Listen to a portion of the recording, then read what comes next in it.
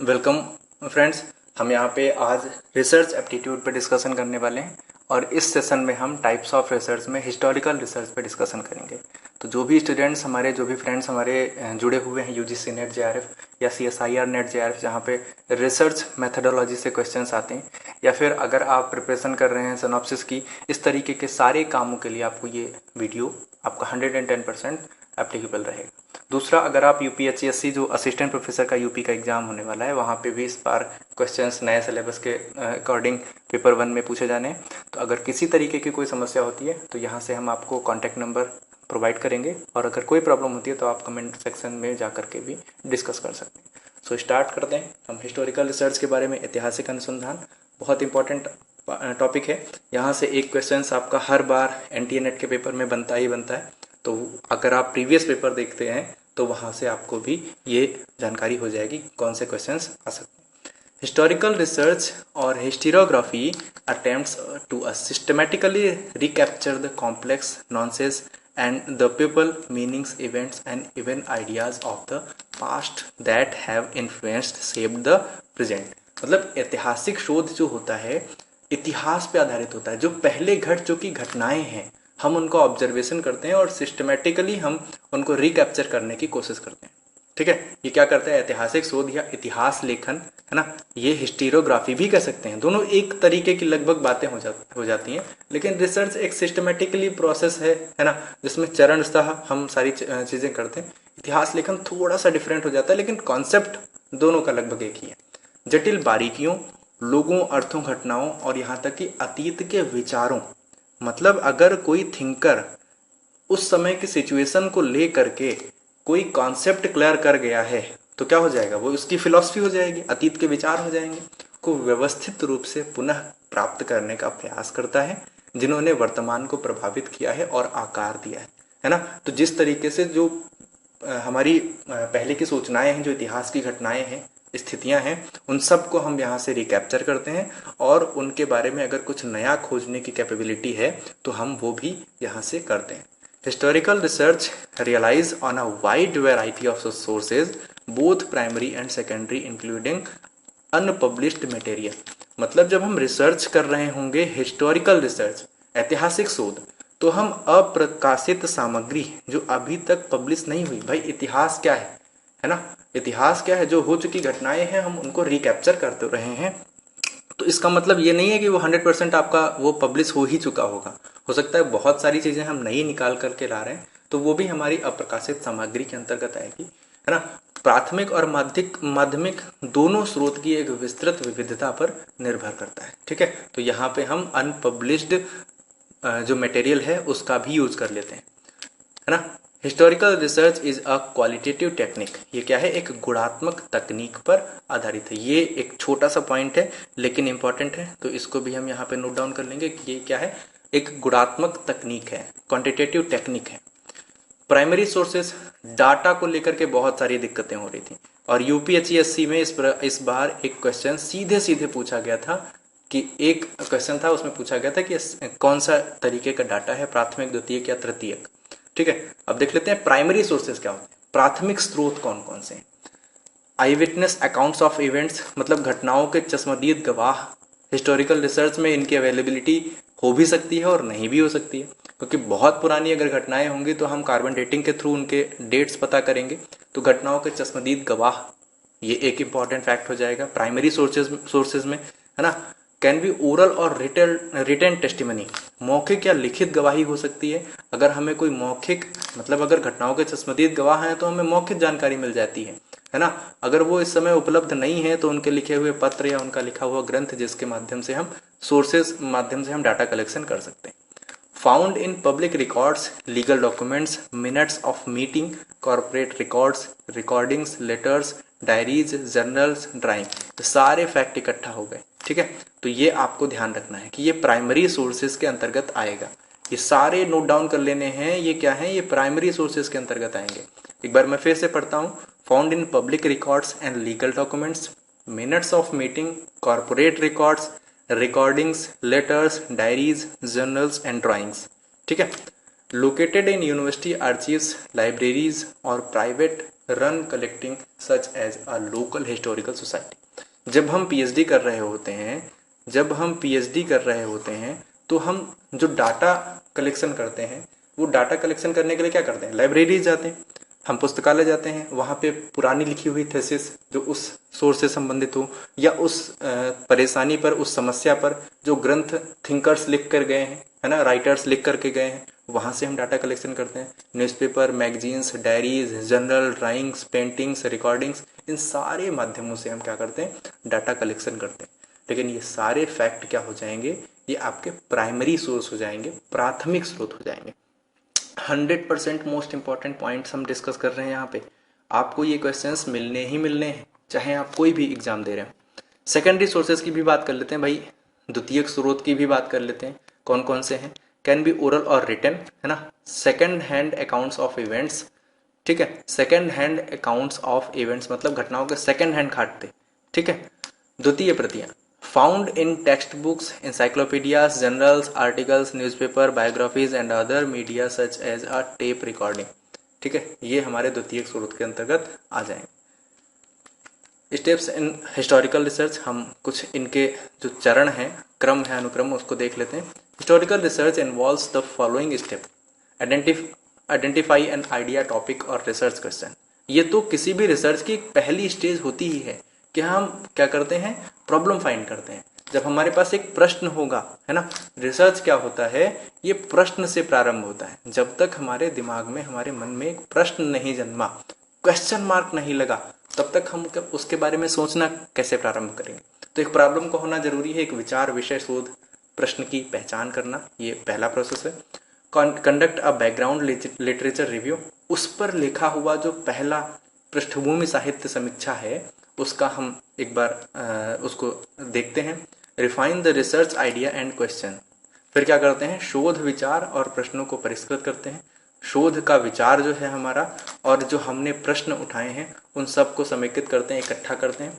Determine that historical methods will be the method used, ना, फिर क्या करते हैं, हम निर्धारित करते हैं कि हम इसके लिए कौन सी विधियां हमें प्रयोग करनी होंगी, क्योंकि विधियों का निर्धारण जब तक हम नहीं करेंगे, तब तक हम अपने शोध को कैसे हम उसको एक पर्टिकुलर वे में स्टार्ट करेंगे। Identify and locate primary and secondary data sources, हम ये भी लिस्ट बनाते हैं कि हम जो डाटा इकट्ठा करेंगे वो कहाँ से इकट्ठा करेंगे, और प्राइमरी सोर्सेज जो हैं वो कौन कौन से रहेंगे हमारे, सेकेंडरी सोर्सेज जो हैं वो हमारे कौन कौन से रहेंगे, इन दोनों को ही हम यहाँ पे डिस्क्राइब करेंगे।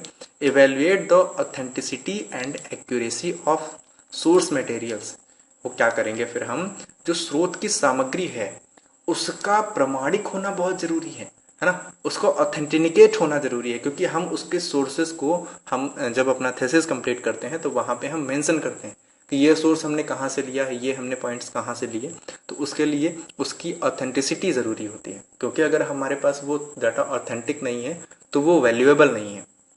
Analyse the data and develop a narrative exposition of finding, तारीख का विश्लेषण करते हैं, जो घटना जिस समय में हुई है उसका विश्लेषण करते हैं, निष्कर्षों की एक कथात्मक प्रदर्शनी का विकास करते हैं, ठीक है।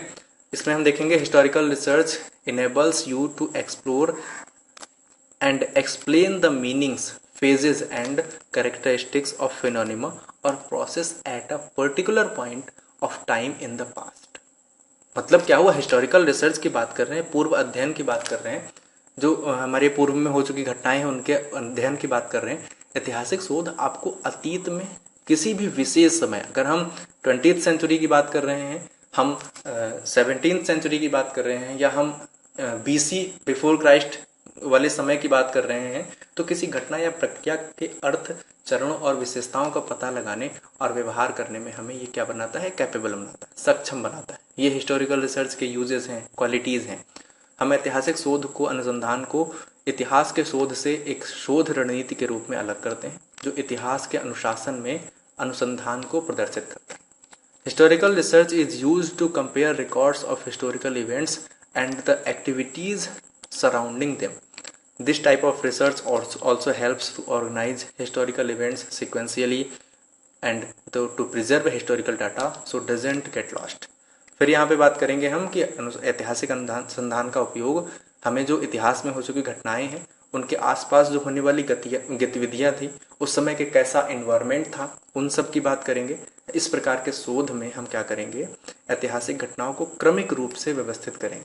यानी जो वर्तमान समय में हमारे पास जो हिस्ट्री की बुक हम जिसको पढ़ते हैं, जिस हिस्ट्री की बुक को हम पढ़ रहे हैं, वेदों के समय की बात कर रहे हैं, उसके लिए बहुत गहन अध्ययन हुए हैं, तब हमें जाकर के वो आज वो सारी चीजें पता चल रही हैं। सपोज दैट हम अगर हड़प्पा या मोहनजोदड़ो की खुदाई की बात करते हैं, जो हमें वहां पे सोर्सेस मिले, जो वहां पे हमें डाटा मिला, उसको इकट्ठा किया गया क्रमिक रूप में, वो एक तरीके का हिस्टोरिकल रिसर्च था। जब उसको हम समझेंगे तो हमें ये आसान तरीके से समझ में आने लगेगा। ठीक है, फिर हम देखेंगे researchers should start historical research without any impossible assumption. जो शोध करता है उसको बिना किसी असंभव धारणा के ऐतिहासिक शोध को शुरू करना चाहिए। अब सपोज दैट अगर हम कुछ भी सोच लेते हैं जो असंभव है, तो हम असंभव धारणा लेकर के चलेंगे तो ऐसे ऐतिहासिक शोध दुर्लभ हो जाएगा। उन्हें ऐसी चीज की तलाश नहीं करनी चाहिए जो वहां नहीं है। अगर वहां पे है ही नहीं, फिर ये भी हो सकता है कि हम वहां पे कुछ ऐसी चीजें हैं जिसके हमें साइन एंड सिम्टम्स मिले। जब रेलवे ट्रैक बिछाया जा रहा था, तो रेलवे ट्रैक बिछाने के समय में हमें वहां पे कुछ ऐसे सोर्सेस मिले जिससे हमें लगा कि इसके नीचे कुछ और भी बसा हुआ है ना। और फिर खुदाई के दौरान एक पूरा पूरा नगर मिलता है। तो जब तक हमें साइन एंड सिम्टम्स नहीं मिलते तब तक हम उस तरीके का रिसर्च स्टार्ट करना हमारे लिए थोड़ा सा डिफिकल्ट हो जाता है। मतलब कोई इम्पॉसिबल वैल्यूज नहीं होनी चाहिए, है ना। After that steps in historical research process are typically the same as other form of research that start with identifying issue followed by defining data collection methods, data collection and analyze and conclusion। ऐतिहासिक शोध जो होता है उस शोध प्रक्रिया के चरण आमतौर पर अनुसंधान के अन्य रूपों के समान होते हैं। मतलब ये प्रोसेस तो मैंने आपको पीछे सोर्सेज बताए, स्टेप्स बताए, वो स्टेप्स जो हैं वो लगभग सारे रिसर्च में होते हैं। आम तरीके की ये प्रोसेस एग्जीक्यूशन होता है। इसके बाद जो डाटा संग्रह विधियां, डेटा संग्रह, विश्लेषण और निष्कर्ष हैं, उसको भी प्रभावित करते हैं। एडवांटेज देख लेते हैं। No other method provides us with an opportunity to find insight about past. क्योंकि पहले से कोई घटना हमारे पास है नहीं, है ना, तो इसके लिए हमें अवसर प्रदान नहीं करता ये। Identify key elements of past negative events can play a significant role. पिछली नकारात्मक घटनाओं के प्रमुख तत्वों की पहचान करना कुछ समान परिस्थितियों को रोकने में महत्वपूर्ण भूमिका निभा सकता है ना।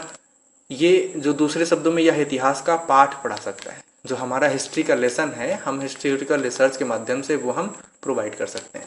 इसके परिणाम स्वरूप वैश्विक स्तर पर एक महत्वपूर्ण खोज हो सकती है। जो भी हम यहाँ पे डिस्कवरी करते हैं वो एक ग्लोबल लेवल पे इंपॉर्टेंट हो जाती है। एक शोधकर्ता घटना के साथ शामिल नहीं करता। ठीक है, हम इसकी लिमिटेशंस देख लेते हैं।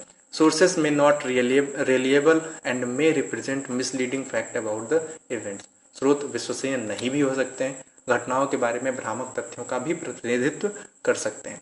सबूत और सोर्स जो है ये बहुत इंपॉर्टेंट है।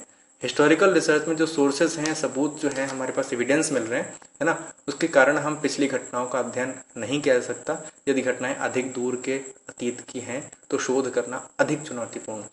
जैसे जिसके सोर्सेस हमारे पास अवेलेबल नहीं है या जिनके साइन एंड सिम्टम बहुत कम है, तो वो हिस्टोरिकल रिसर्च करना बहुत कठिन हो जाता है।